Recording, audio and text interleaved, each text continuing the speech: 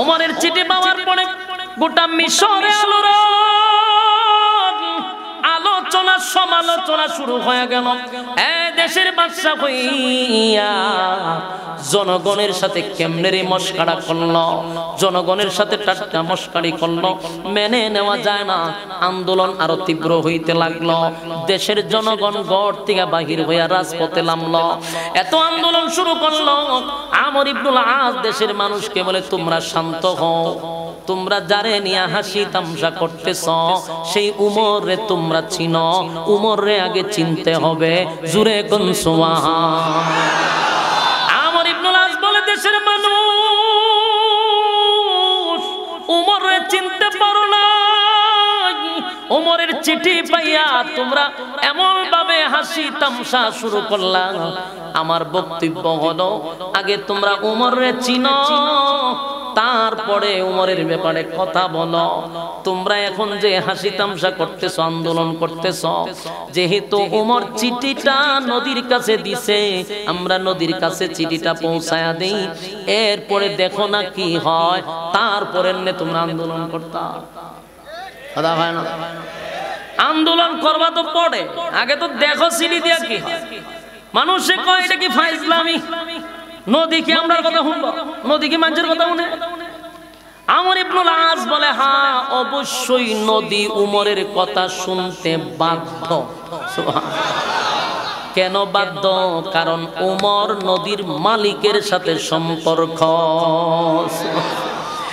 আমার যুবক ভাইরা দিলের কান লাগায় শুনে, আপনি যদি মালিকের সঙ্গে সম্পর্ক করেন গো, তাহলে এই পৃথিবীর সমস্ত মাখলুকাত আপনার গোলামি করতে বাধ্য। সূর্য মানুষের গোলামি করে, চন্দ্র মানুষের গোলামি করে, গাছ মানুষের গোলামি করে, নদী মানুষের গোলামি করে রে। কারণ আল্লাহ বলেন, সমগ্র মাখলুকাত মানুষের গোলামির জন্য বানাইছি, মানুষকে বানাইছি আমি আল্লাহর গোলামির জন্য। মানুষ তুই যদি আমি আল্লাহর গোলামি করো, তাহলে আমি আল্লাহ তোদের ব্যাপারে অর্ডার দিয়া দিছি, মাখলুকাত তোর গোলামি করবে, তোর গোলামি করবে। মানুষ যখন আমার আল্লাহ ভুলে যায়, মানুষ যখন আল্লাহর গোলামি বন্ধ করে দেয়, মানুষের দাম থাকে না, মানুষের দাম থাকে না, জিনিসপত্রের দাম বেড়ে যায়। মানুষ তোমার কোনো দাম থাকবে না, কারণ তুমি মালিকের সাথে সম্পর্ক নাই, তাই মালিকের মাখলুকাত তোমার সঙ্গে সম্পর্ক নাই। তুমি যখন আল্লাহর গোলামি করবা, তখন মাখলুকাত তোমার গোলামি করবে। এটাই বাস্তবতা। আমর ইবনুল আস বলেন, এই মিশরের মানুষেরা, মাথা গরম করা যাবে না, কারণ ওমর নদীর মালিকের সাথে সম্পর্ক করছে রে। ওমর যদি নদীরে অর্ডার দেয়, নদী অর্ডার মানতে বাধ্য। সুবহানাল্লাহ। কারণ নদীর মালিকের সাথে সম্পর্ক কার? হযরত উমরের সম্পর্ক নদীর মালিকের সঙ্গে সম্পর্ক। তাই উমর যেহেতু নদীরে অর্ডার দিয়েছেন, নদী মানতে বাধ্য। আমর ইবনুল আস বলেন, চিঠিটা লইয়া দেশের জনগণ গেছে, দেখি আজকে কি হয়। আর না হয় আমর ইবনুল আসকে হত্যা করব। হযরত উমর খলিফাতুল মুসলিমিন, হযরত উমর তরবারিটা মাথার উপরে লইয়া এইভাবে ঘুরাইতেছে। আর মক্কার অলিতে গলিতে হযরত উমর আডে আর বলে, মক্কার মানুষেরা রে, আজকের থেকে আমি প্রকাশ্যে নামাজ পড়ব, আমার সাথীরা প্রকাশ্যে নামাজ পড়বে। কেউ যদি বাধা দিতে আসস, তাহলে স্পষ্ট ঘোষণা করে দিলাম, তোদের বিবি যদি বিধবা করতে চাস, আয় আমি উমরের তরবারির নিচে আয়। তোদের সন্তানগুলিকে যদি এতিম করতে চাস, আয় আমি উমরের তরবারির নিচে আয়। জুড়ে জুড়ে যখন বক্তব্য দেয়, আবু জাইল আছেন গড়ের ভিতরে, আবু জাইল একটা তরবারি লিয়ে বাইরেছে, কেডারে বাইরিয়া দেখো হযরত উমর আবার দরজা করে গেছে, গিয়া দরজা লাগাই দিছে, সর্বনাশ। উমর রে আবু জাইল ডরাইতো। উমর যখন তরবারি লইয়া ঘোড়ায়, আবু জাহেলের ক্ষমতা নাই উমরের সামনে দাঁড়াইয়া কথা বলা। সেই উমর ঘোষণা দিছে, নামাজ প্রকাশ্যে শুরু হবে। সেদিন থেকে নামাজ মক্কাতে প্রকাশ্যে শুরু হয়েছে। জোরে কোন সুবহান। আমি শুধু আপনাদেরকে একটা একটা করে পয়েন্ট বলবো আর আপনারা শুধু উমরকে চিনবেন তাহলে সামনের আলোচনা করতে আমার সুবিধা হবে। উমর সাধারণ কোন সাহাবী না। আমি একটা ঘটনা পড়ছি, উমর যে কেমন একজন সাহাবী ছিল আপনারা শুনলে আশ্চর্য হবেন। উমর যখন দেশের রাষ্ট্রনায়ক ছিল, উমরও দেশের কি ছিল? প্রেসিডেন্ট ছিল, সাধারণ প্রেসিডেন্ট। উমর 50টা রাষ্ট্রের প্রেসিডেন্ট ছিল। 50টা রাষ্ট্র মানে অর্ধ পৃথিবী। যেমন আমেরিকা একটা রাষ্ট্র, ওই রাশিয়া একটা রাষ্ট্র, বাংলাদেশ একটা রাষ্ট্র, ইন্ডিয়া একটা, এরকম রাষ্ট্র 50টার প্রেসিডেন্ট ছিল উমর। কি বুঝেন? আঙ্গুলের ইশারায় অর্ধ পৃথিবী চলে, এর নাম হলো উমর। খলিফাতুল মুসলিমিন হযরত উমর যখন দেশ চালাইতো তখন একজন গভর্নর পাঠাইছে মিশরে যিনি দেখভাল করেন, যিনি পরিচালনা করেন, যার দায়িত্ব মিশর চলে, ওনার নাম হলো আমর ইবনুল আস রাদিয়াল্লাহু তাআলা। উনি গোটা মিশর ওনার দ্বারাই পরিচালিত হইতো ওমরের নেতৃত্বে। মিশরের মানুষের মূল কাজ ছিল কৃষি, আর এই কৃষি উৎপাদন করত নীল নদের পানি দিয়া। নীল নদে যদি পানি না থাকে তাহলে তাদের মধ্যে দরিদ্রতা চলে আসে। যদি নীল নদে পানি না থাকে তাহলে মিশরের মানুষের মধ্যে দুর্ভিক্ষ দেখা দেয়, তাদের অস্তিত্ব থাকবে না। তাদের মেইন নিয়ামত হলো নীল নদের পানি, এটা দিয়ে তারা কৃষি করে, সবজি করে, বাজারে বিক্রি করে, এটা দিয়ে তাদের আয়ের উৎস। কিন্তু একটা সময় নীল নদের পানিটা শুকায়া গেল, গোটা মিশরের মানুষ আন্দোলন শুরু করলো। আন্দোলন শুরু করছে মিশরের, নীল নদে পানি নাই, পানি নাই, পানি নাই, তাহলে আমরা এখন কৃষি করব কিভাবে? আমরা সবজি করব কিভাবে? আমাদের মধ্যে দুর্ভিক্ষ চলে আসবে।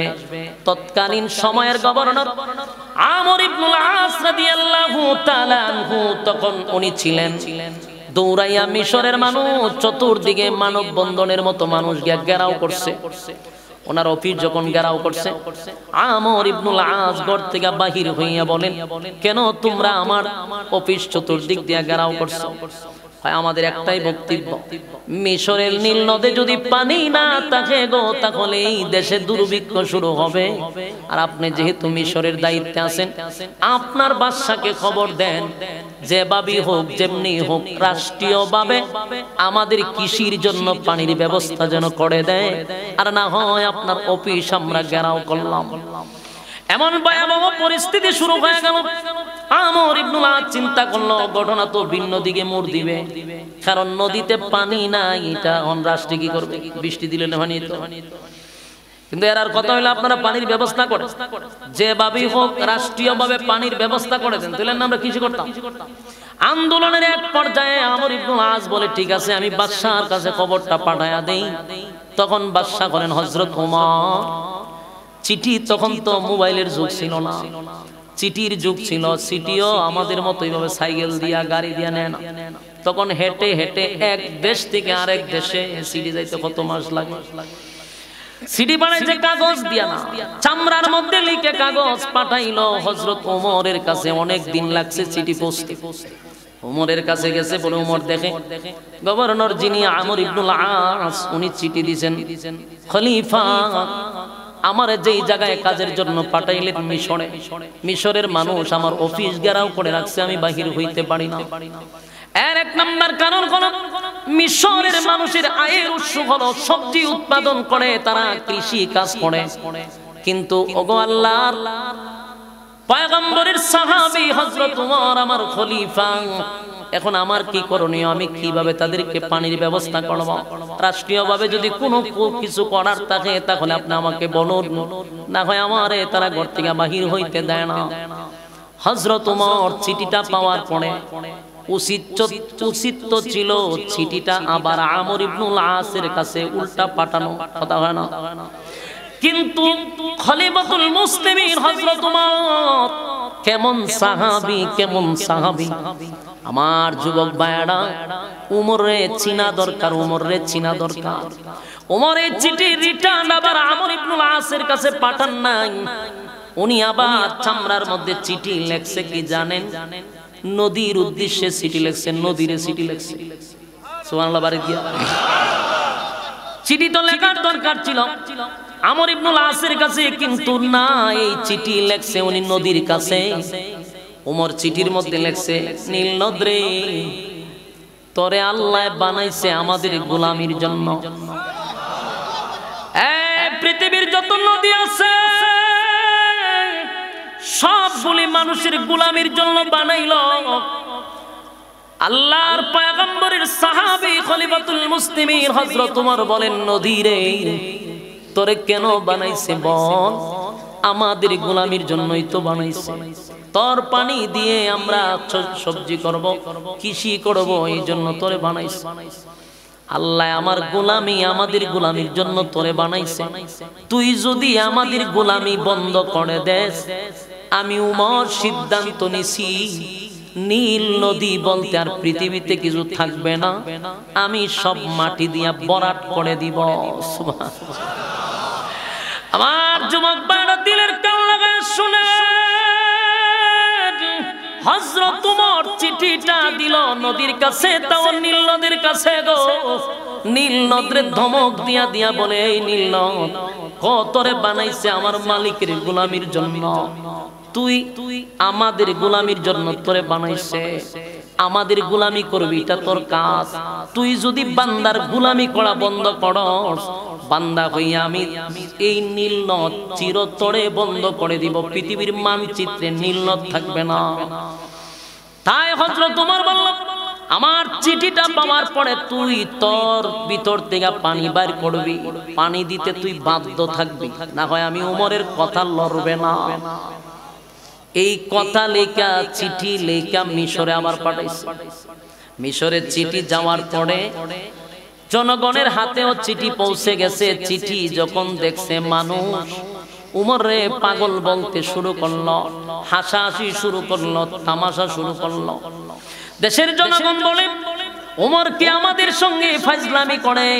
উমর কি আমাদের সঙ্গে তামাশা করে? আমাদের বিপদের সময়, আমাদের মুসিবতের সময় উমর সুষ্ঠু কোনো একটা ব্যবস্থা না করে উল্টা আমাদের সঙ্গে মস্কারা শুরু করছে।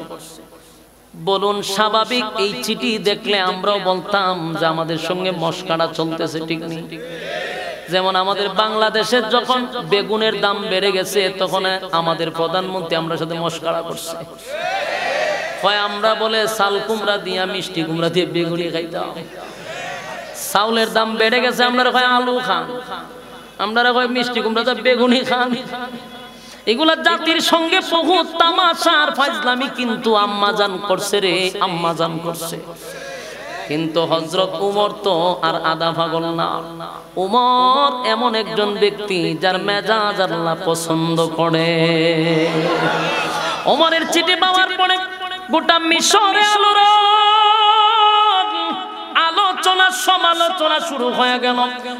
দেশের বাদশা হইয়া জনগণের সাথে কেমনে রে মস্কারা করলো, জনগণের সাথে টাটকা মস্কারি করলো, মেনে নেওয়া যায় না। আন্দোলন আরো তীব্র হইতে লাগলো। দেশের জনগণ ঘর থেকে বাহির হইয়া রাজপথে নামলো। এত আন্দোলন শুরু করলো। আমর ইবনুল আস দেশের মানুষকে বলে, তোমরা শান্ত হও, তোমরা যারে নিয়ে হাসি তামসা করতেছ সেই উমর রে তোমরা চিনো, উমর রে আগে চিনতে হবে। জুরে কোন সুবহান। আমর ইবনুল আস বলে, দেশের মানুষ উমর রে চিনতে পারো না। উমরের চিঠি পাইয়া তোমরা এমন ভাবে হাসি তামসা শুরু করলা। আমার বক্তব্য হলো, আগে তোমরা উমর রে চিনো, তারপরে উমরের ব্যাপারে কথা বলো। তোমরা এখন যে হাসি তামসা করতেছ, আন্দোলন করতেছ, যেহেতু উমর চিঠিটা নদীর কাছে দিছে, আমরা নদীর কাছে চিঠিটা পৌঁছায়া দেই, এরপরে দেখো না কি হয়, তারপরে তোমরা আন্দোলন করতা। কথা হয় না? আন্দোলন করবা তো পড়ে, আগে তো দেখো চিঠি দিয়া কি হয়। মানুষে কয় এটা কি ফাইজলামি, নদীকে আমরা কথা শুনবো, নদীকে মানুষের কথা শুনে। আমর ইবনুল আস বলে, হ্যাঁ অবশ্যই নদী উমরের কথা শুনতে বাধ্য। কেন বাধ্য? কারণ উমর নদীর মালিকের সাথে সম্পর্ক। আমার যুবক ভাইরা দিলের কান লাগায় শুনে, যদি মালিকের সঙ্গে সম্পর্ক করেন গো, তাহলে এই পৃথিবীর সমস্ত মাখলুকাত আপনার গোলামি করতে বাধ্য। সূর্য মানুষের গোলামি করে, চন্দ্র মানুষের গোলামি করে, গাছ মানুষের গোলামি করে, নদী মানুষের গোলামি করে রে। কারণ আল্লাহ বলেন সমগ্র মাখলুকাত মানুষের গোলামির জন্য বানাইছি, মানুষকে বানাইছি আমি আল্লাহর গোলামির জন্য। মানুষ তুই যদি আমি আল্লাহর গোলামি করস, তাহলে আমি আল্লাহ তোদের ব্যাপারে অর্ডার দিয়া দিছি, মাখলুকাত তোর গোলামি করবে, তোর গোলামি করবে। মানুষ যখন আমার আল্লাহ ভুলে যায়, মানুষ যখন আল্লাহর গোলামি বন্ধ করে দেয়, মানুষের দাম থাকে না, মানুষের দাম থাকে না, জিনিসপত্রের দাম বেড়ে যায়। মানুষ তোমার কোনো দাম থাকবে না, কারণ তুমি মালিকের সাথে সম্পর্ক নাই, তাই মালিকের মাখলুকাত তোমার সঙ্গে সম্পর্ক নাই। তুমি যখন আল্লাহর গোলামি করবা, তখন মাখলুকাত তোমার গোলামি করবে। এটাই বাস্তবতা। আমর ইবনুল আস বলেন, এই মিশরের মানুষেরা মাথা গরম করা যাবে না, কারণ ওমর নদীর মালিকের সাথে সম্পর্ক করছে রে। ওমর যদি নদীরে অর্ডার দেয়, নদী অর্ডার মানতে বাধ্য। সুবহানাল্লাহ। কারণ নদীর মালিকের সাথে সম্পর্ক কার? হযরত উমরের সম্পর্ক নদীর মালিকের সঙ্গে সম্পর্ক। তাই উমর যেহেতু নদীরে অর্ডার দিয়েছেন, নদী মানতে বাধ্য। আমর ইবনুল আস বলেন, চিঠিটা লইয়া দেশের জনগণ গেছে, দেখি আজকে কি হয়। আর না হয় আমর ইবনুল আসকে হত্যা করব, তারাও প্রস্তুতি নিছে, এই তামাশার জবাব আমরা তরবারি দিয়া দিব। এরকম ভাবে প্রস্তুতি নিয়ে গেছে। আমর ইবনুল আস চিঠিটা লইয়া নদীর কাছে গেল। নদীর মাঝখানে গিয়া চতুর্দিকে তাকায়া দেখে দেশের জনগণ তাকায় আছে আমর ইবনুল আসের কাছে, তরবারি লইয়া দাঁড়ায় আছে। যদি পানি না দেয়, আমর ইবনুল আসকে হত্যা করার প্ল্যান করছে। জনগণের সঙ্গে তামসা, জনগণের সঙ্গে ইয়ারকি মারা, এর প্রতিশোধ নেওয়ার জন্য তারা প্রস্তুত। আমর ইবনুল আস বলেন, আমি চতুর্দিকে তাকাইয়া চিঠিটা নদীর মাঝখানে শুধু রেখে দিলাম। রেখে আমি যখন সামনের দিকে আগাবো, আমি তাকায়া দেখি আমার পিছনে পানি দৌড়ায়, আমি সামনে দৌড়াই। চিৎকার দেয়া কোন সুবহানাল্লাহ। একটা জবান বন্ধ রাখবেন, আল্লাহু আকবার। আরো জোরে কোন আল্লাহু আকবার। এই ইমানের আওয়াজ দিয়ে বল আল্লাহু আকবার। হযরত ওমর আল্লাহর কথা শুনে আমার মালিকের একজন প্রিয় ব্যক্তি হযরত ওমর। উমর যেহেতু মালিকের কথা শুনে, তাই উমরের কথা মাখলুক শুনতে বাধ্য। এই যে নীল নদে পানি হইল রে, বর্তমান বিজ্ঞান বারবার পরীক্ষা করে দেখে, ওই যে 1400 বছর আগে পানি হইছিল, আজও নীল নদের পানি কমেও নাই, বাড়েও নাই। হযরত ওমরকে চিনো? উমর সাধারণ কোন সাহাবী না। যেই উমরের মেজাজ আল্লাহর কাছে পছন্দ। সুবহানাল্লাহ। উমর যা চাইতো আল্লাহ তা নাজিল করত। দেখি সাধারণ কথা, আয়াত নাজিল হয় নবীদের উপরে, আল্লাহর নবীর উপরে কোরআন আয়াত নাজিল হয়েছে। কিন্তু আশ্চর্যের ব্যাপার হলো 21টা আয়াত হযরত উমরের মেজাজ মতো নাজিল হয়। সুবহানাল্লাহ। বাড়ি দিয়া যুবক ভাইরা, আমি শেষ কথাটা বলি, উমরকে চিনায়া আমার আলোচনা সামনের দিকে নিয়ে যাব। শুধু আরেকটা কথা, উমরের মেজাজ আল্লাহ পছন্দ করে। আরেকটা কথা শুনেন, আয়াত 21 জায়গায় নাজিল হয়েছে উমরের মেজাজ অনুযায়ী। সুবহানাল্লাহ। আল্লাহর পয়গম্বর যে সিদ্ধান্ত নিত, উমর যদি বলতো হুজুর এই সিদ্ধান্তটা আমার কষ্ট হয়, আসমানের দিকে উমর তাকায়া থাকতো, উমরের সিদ্ধান্ত অনুযায়ী আয়াত নাজিল করে দিত। আল্লাহর হাবিব কিবরিয়া, মক্কার সবচেয়ে বড়, মদিনার সবচেয়ে বড় টাটকা শয়তানের জানাজা পড়াইতে নবী গেছে। মুনাফিক, সবচেয়ে বড় মুনাফিকের জানাজার নামাজে নবী উপস্থিত হইছে। তামাম মদিনার অলিতে গলিতে, শহরে বন্দরে, সব জায়গায় খবর পৌঁছে গেছে। তোমরা শুনছ মদিনার সবচেয়ে বড় মুনাফিকের জানাজা নবী পড়াবে, এটা কেমনে রে মদিনার মানুষ মাইনা নিবে? কেউ মেনে নিতে পারলো না, কিন্তু নবী পড়াবে, এই জন্য বাধ্য হইয়া জানাজার মাঠে সবাই গেছে। উমরের কানেও গেছে, সবচেয়ে বড় মুনাফিকের জানাজা নবী পড়াবে। উমর তরবারি লইয়া গেছে, নবীরে নিষেধ করবে যে জানাজা পড়ায়েন না। নবীজির কাছে গেল হযরত উমর। পয়গম্বরের কাছে যাওয়ার পরে উমরের স্মরণ হয়ে গেল, আমি তো নবীরে নিষেধ করার কেউ না, আদেশ করারও কেউ না। আমি নবীরে আদেশও করতে পারি না, নবীরে নিষেধও করতে পারি না। আমার নবীরে আদেশ করলেন আমার আল্লাহ করবে, নিষেধ করলে আল্লাহ করবে। তাই উমর সামনে গিয়া ব্রেক করলেন আর আগাইলেন না, বেয়াদবি হয়ে যাবে। কিন্তু উমরের ভিতরে বড় জ্বালা, যে লোকটার জানাজা নবী পড়ানোর জন্য প্রস্তুতি নিছে, লোকটা ভালো না। দেখতে ছিল বড় একজন পিসাব, নবীর পিছনে নামাজ পড়তো, মাথায় ফাগরি, লম্বা ফাগরি, দাড়িও লম্বা।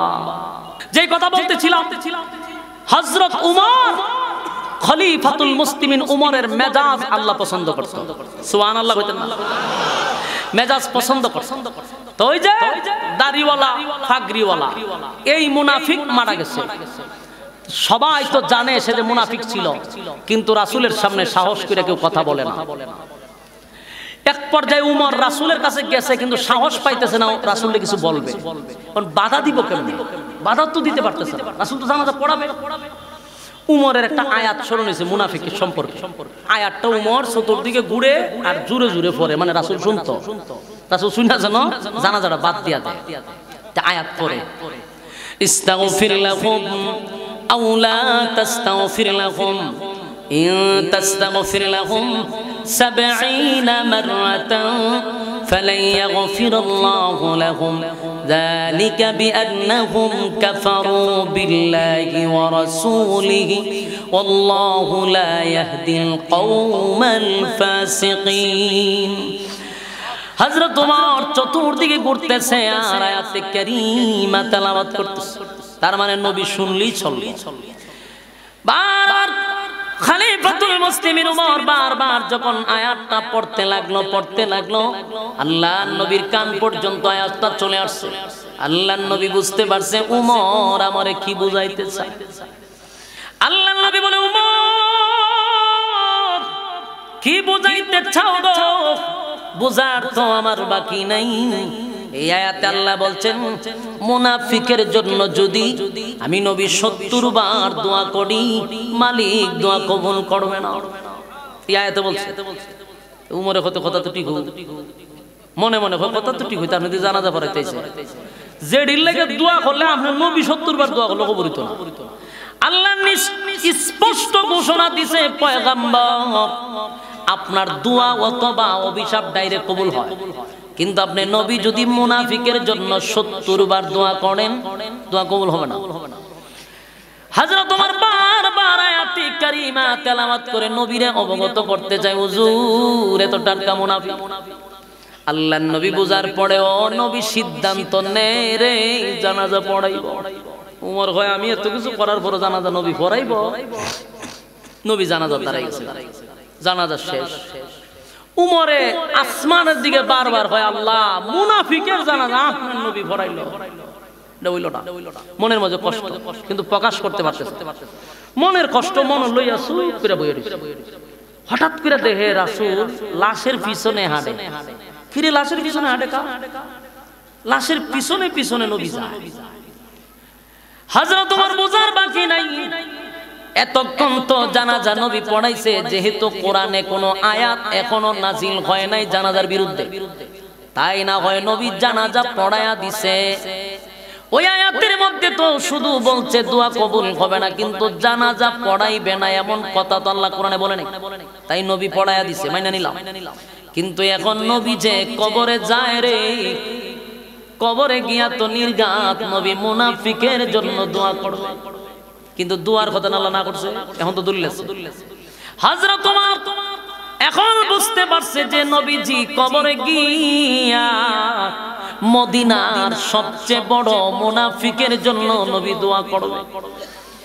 হযরত ওমর আসমানের দিকে তাকায়া বলেন, মালিক, আপনার হাবিব কিন্তু মুনাফিকের জানাজা পড়াইছে, মুনাফিকের জানাজা পড়াইছে। শুধু জানাজা পড়ায় নাই, নবীর জুব্বাটা খুইলা মুনাফিকরে কাফন স্বরূপ পড়ায়া দিছে। কথা কি বুঝতেছে? নবীর জুব্বার দাম আছে না নাই? কিন্তু এত বড় মুনাফিকরে নবীর জুব্বা খুইলা দিছে। সাহাবায়ে কেরাম মাটিতে পইরা কান্দে গো, সাহাবী হইয়া নবীর জুব্বা পাইলাম না, একটা টাটকা মুনাফিক হইয়া নবীর জুব্বা পাইল, এই জন্য তারা কান্দে। নবী বলে, কান্দিস না, জুব্বা এমনে এমনে দেই নাই, আমি তার কাছে ঋণী ছিলাম, সে আমার চাচারে জুব্বা পড়ায়া দিছিল, তাই আমি ঋণী ছিলাম, আমার জুব্বাটাও তারে পড়ায়া দিছি। সুবহানাল্লাহ। আল্লাহর হাবিব সবাই যখন জানাজার নামাজ পড়ে যার যার বাড়িতে চলে যায়, কিন্তু হাবিবে কিবরিয়া লাশের পিছনে পিছনে হেঁটে হেঁটে কবরে যায়। উমর কিন্তু গেছে না, উমর বুঝিয়েছে। উমর বসে বসে সব দৃশ্যগুলা দেখছে, এবার আসমানের দিকে তাকায়, পেরেশানির মধ্যে পড়ে গেছে, আর বলে, মালিক,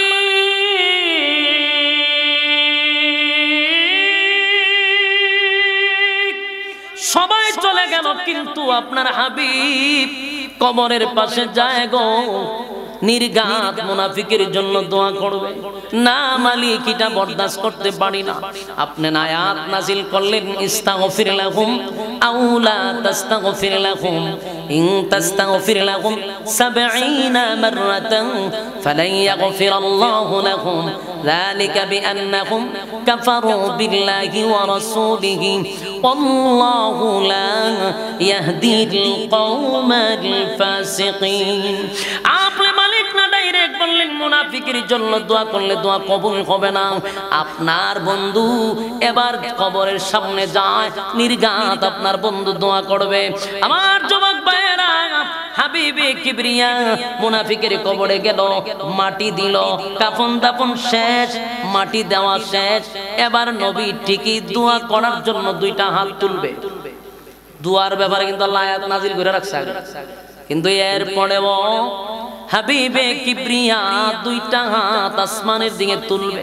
উমর আসমানের দিকে তাকায় কয়, মালিক, এত বড় মুনাফিকের জানাজা আপনি পড়াইতে দিলেন, আবার আপনার বন্ধু এখন মুনাফিকের জন্য দোয়া করবে না। আমি উমর বরদাস্ত করতে পারি না, উমর বরদাস্ত করতে পারি না। যেই লোকটা আমার নবীর ক্ষতি করলো, যেই লোকটা আমার নবীর বিরোধিতা করলো, যেই লোকটার কারণে আমার বহু সাহাবীরা শাহাদাত বরণ করলো, এমন লোককে আমরা ক্ষমা করতে পারি না। ঠিক কিনা বলেন? বাংলাদেশে যার জন্য খুন হচ্ছে এই লোকটা হলো সাদ। ঠিক কিনা বলেন? এই বুজুর্গের কারণে আজকে বাংলাদেশে রক্তাক্ত হইতেছে। এতগুলো মানুষের জীবনের বিনিময়ে সাদকে বাংলাদেশের মানুষ আর গ্রহণ করবে না। তোমার কারণে আজকে বাংলাদেশে রক্ত যাইতেছে। একটা কথা বললে বাংলাদেশের আগুন লিপ্পা জায়গা। যদি সে ভুল স্বীকার করে, ভুল স্বীকার করতেছে না, মানুষ গুম হচ্ছে, হত্যা হচ্ছে, যে প্রতিদিন জবাই করতেছে। সন্ত্রাস বাহিনী, বলুন কি বাহিনী? সন্ত্রাস বাহিনী। আয় হযরত ওমর বলে, যেই মুনাফিকের জন্য আমার সাহাবীরা শাহাদাত বরণ করলো, যেই মুনাফিক আমার নবীর বিরোধিতা করলো, যেই মুনাফিক ইসলামের ক্ষতি করলো, ইসলামের 12টা বাজাইলো, আমি উমর তো বরদাস্ত করতে পারতেছি না, উমর তো সহ্য করতে পারতেছি না। যেই মাত্র আল্লাহর হাবিব দুইটা হাত উত্তোলন করছে, সাথে সাথে জিবরাইল নবীর সামনে হাজির। আমার যুবক ভাইয়েরা, জিবরাইল আলাইহিস সালাতু ওয়াস সালাম যখন হাজির হয়ে গেল, জিবরাইল নবীর সামনে হাজির হয়ে কয়, হুজুর হাত নামান, দোয়া করবেন, পড়ে আগে শুনেন আল্লাহ কি বলছে গো, একটু শুনেন। এবার নবীজি হাত নামায়া দিল। হযরত জিবরাইল বলে, হুজুর আল্লাহ এই মুহূর্তে জানাইছে আপনার ওমরের সিদ্ধান্তটা আল্লাহর কাছে বড় পছন্দ। যুবক ভাইয়েরা, উমরকে চিনা দরকার। আল্লাহর ফেরেশতা এসে কি কয় যে আপনার উমরের সিদ্ধান্ত আল্লাহর কাছে গ্রহণযোগ্য। জিবরাইল আলাইহিস সালাতু ওয়াস সালাম বলেন, নবী গো দোয়া করবেন পড়ে, দোয়া করবেন পড়ে। আগে শুনুন, আল্লাহ বলেন উমরের সিদ্ধান্তটা নাকি আল্লাহর পছন্দ হইছে। উমরের সিদ্ধান্ত অনুযায়ী এখনের আয়াত নাজিল করে জানায়া দেয়, ওয়ালা তুসাল্লি আলা আহাদিম মিনহুম মাতা আবাদাও ওয়ালা তাকুম আলা কবরি। আল্লাহ রাব্বুল আলামিন বলেন, হাবিব ওয়ালা তুসাল্লি, আর কোনদিন নেক্সট টাইমে, ভবিষ্যতে, আগামীতে আর কোনদিন আপনি মুনাফিকের জানাজা পড়াবেন না। সুবহানাল্লাহ। আমার যুবক ভাইরা কি আপনারা বুঝতেছেন? আমার কথা কি বুঝছেন? এই সিদ্ধান্ত কার ছিল? আরো জোরে। হযরত ওমরের সিদ্ধান্ত ছিল জমিন থেকে যেন মুনাফিকের জানাজা উঠায়া দেওয়া হয়। ওমর বারবার আসমানের দিকে তাকায়া বলছিল, আল্লাহ মুনাফিকের জানাজা পৃথিবীর দরকার নাই। আল্লাহ ঠিকই ওমরের মেজাজ মতো কোরআনের আয়াত নাজিল করে বলে, ওয়ালা তুসাল্লি আলা আহাদিম মিনহুম মাতা আবাদাও ওয়ালা তাকুম আলা কবরি। পয়গম্বর ভবিষ্যতে, আগামীতে আর কোনদিন মুনাফিকের জানাজায় অংশগ্রহণ করবেন না। কিয়ামত পর্যন্ত মুনাফিকের জানাজা বন্ধ। কোন মৌলবী যদি মুনাফিকের জানাজা পড়ায়, ওই মৌলবীর পিছনে নামাজ পড়া যাবে না, কারণ কোরআনের আয়াত স্বীকার হয়ে যাবে। আমার যুবক ভাইয়েরা, উমরের ব্যাপারটা আল্লাহ এত পছন্দ করত, শুধু তাই না, উমর চাইছিল না মুনাফিকের জন্য নবী কবরের সামনে দোয়া করো। তাই আল্লাহ এটাও বলছে, ওয়ালা তুসাল্লি আলা আহাদিম মিনহুম মাতা আবাদা ওয়ালা তাকুম আলা কবরি।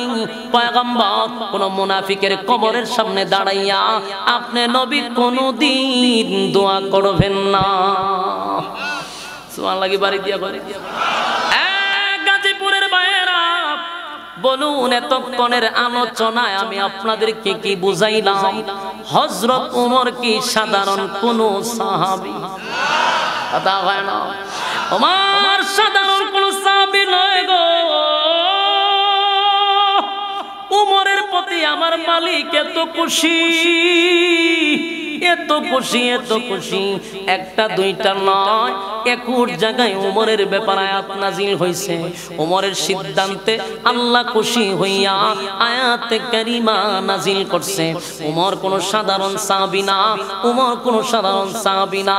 এই যুবক ভাইয়েরা, এমন একজন সাহাবীর বিরুদ্ধে হত্যা মামলা, কার বিরুদ্ধে হত্যা মামলা? হযরত খলিফাতুল মুসলিমিন হযরত ওমরের বিরুদ্ধে হত্যা মামলা হয়ে গেল রাসূলের পার্লামেন্টে। রাসূল আরবি সাল্লাল্লাহু আলাইহি ওয়াসাল্লাম তখন ছিলেন দেশের বাদশা, দেশের প্রেসিডেন্ট। দেশের প্রেসিডেন্ট হইয়া পয়গম্বর বিচারক, পয়গম্বর বিচারক হযরত ওমরের ব্যাপারে চতুর্দিক দিয়া কানা ঘষা শুরু হয়ে গেছে। একটা নির্দোষ মানুষকে হযরত ওমর হত্যা করছে রে, ওমর হত্যা করছে, ওমরের বিরুদ্ধে মামলা হয়ে গেছে। এবার মামলার রায় দিব কে? নবী নিজেই তো বিচারক। রায় যদি নবী দেয় তাহলে তারে ফাঁসি দিতে হবে। হ্যাঁ, হত্যার বদলা কোনো হত্যা। হযরত ওমর যেমন হত্যা করছে, ভাই কি সমস্যা আমি বুঝতে পারতেছি পিছনে যদি এত কথা বন্ধ, আমি ভাবতেছি কোনো ঝামেলা আছে কেন, কোনো সমস্যা হয়েছে না? বলেন কোনো সমস্যা হলে আমার বলেন ভাই, কি ঝামেলা আছে? হ্যাঁ, চতুর্দিক দিয়ে কথা বলে বুঝতে কোনো ঝামেলা মনে হচ্ছে। শেষ করেছি, 5 মিনিট। বিরক্ত হইতেছেন আমি বুঝতে পারতেছি, কমিটির অনেকে বিরক্ত হইতে পারতেছি, এরকম হইতে পারে, আমি বুঝতে পারতেছি। একটু সময় একটু বলি, কথা শেষ, আর 5 মিনিট। হযরত ওমরের বিরুদ্ধে হত্যা মামলা। হত্যা মামলা যখন হয়েই গেল, রায় কে দিবে? কথা হয় না, আল্লাহর হাবিব রায় দিবে। চতুর্দিকে মানুষের কানা ঘোষা শুরু হয়ে গেছে। ওমর হত্যা করলো একটা নির্দোষ মানুষ। এবার ওনাকে যখন আদালতে তোলা হলো, আসামির কাঠ গড়ায় হযরত ওমর দাঁড়ায় আছে। আসামির কাঠগড়ায় দাঁড়ায় আছে। মদিনার মানুষের চোখে পানি চলে আসছে, কান্নার রোল পড়ে গেছে, চতুর্দিকে কান্নার রোল পড়ে গেল। হযরত ওমর এমন কাজ তো করতে পারে না, একটা নির্দোষ মানুষকে ওমর হত্যা করতে পারে না। সবাই মনে মনে এমন কাজ উমর করতে পারে না, কিন্তু তদন্তে বাহির হয়ে আসছে উমর একটা নির্দোষ মানুষকে হত্যা করছে। এবার কাঠগড়ায় অপরাধীর কামরকে দাঁড় করায়া দিল। নবীজি রায় দিবে উমরকে মৃত্যুদণ্ড দেওয়ার জন্য। যেই মাত্র রায় দিবে ঠিক এই মুহূর্তে জিবরাইল নবীর সামনে হাজির। জিবরাইল আলাইহিস সালাতু ওয়াস সালাম বলেন, নবী গো, রায় দিবেন পরে ওগো নবীজি, আপনার হাতে দায়িত্ব হলো আপনি আজকের মামলার রায় দিবেন। উমর আসামি, এই ব্যাপারে আপনি রায় দিবেন, কিন্তু একটু দাঁড়ান, আপনি হইলেন বিচারক আর উমর হইল অপরাধী, মাঝখানে একজন উকিলের দরকার আছে না? আজকের মামলা যিনি লড়বে উনি হলেন স্বয়ং আল্লাহ। একটা জবান বন্ধ রাখবেন না, বলুন আল্লাহু আকবার। আর জোরে বলেন আল্লাহু আকবার। এই মানের আওয়াজ দিয়ে বলেন আল্লাহু আকবার। ওমরের মামলা স্বয়ং আল্লাহ লড়বে গো।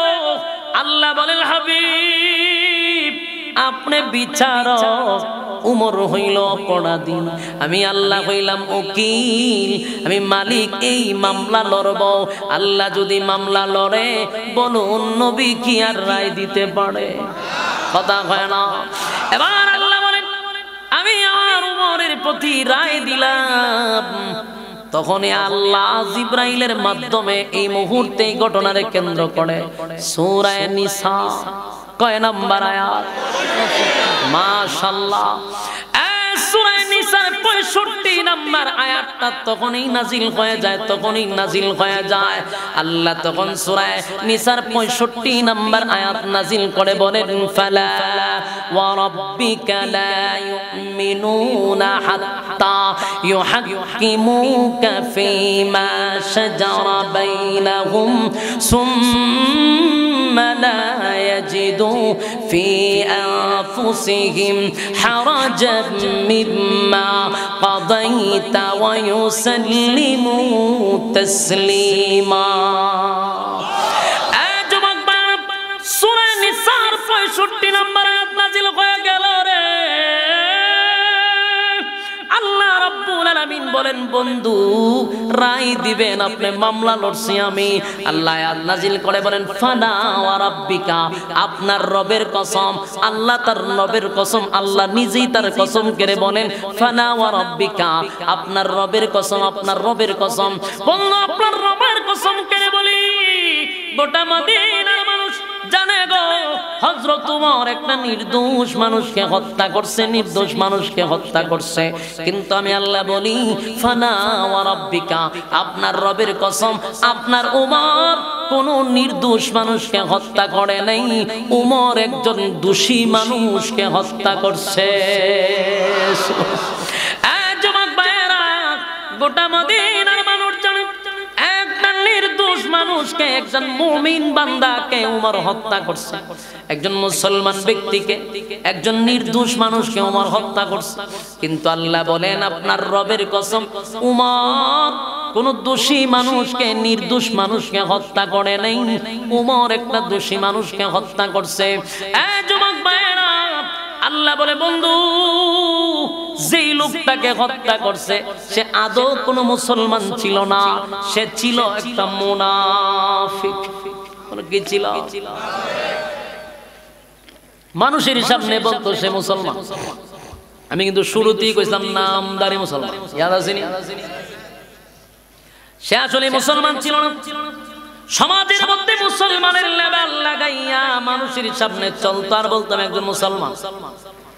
কোন ব্যক্তি যদি মুসলমান দাবি করার পরে আমার নবীর বিচার তার পছন্দ হয় না, আল্লাহর হুকুম তার মানতে ভালো লাগে না, নবীর তরিকায় চলতে ভালো লাগে না, বলুন এই লোকটা কি মুসলমান হওয়া সম্ভব? কথা কয় না। আল্লাহ বলল যে লোকটা বলল সে মুসলমান, তাকায়া দেখেন নিজেরে মুসলমান দাবি করলো, কিন্তু আপনি নবী বিচার করে দিলেন। এরপরে সে বলল বিচার তার পছন্দ হয় না, সে মুসলমান ছিল না, সে ছিল মুনাফিক। তাই উমরকে বলা হয় উমরে ফারুক। কেন বলা হয়?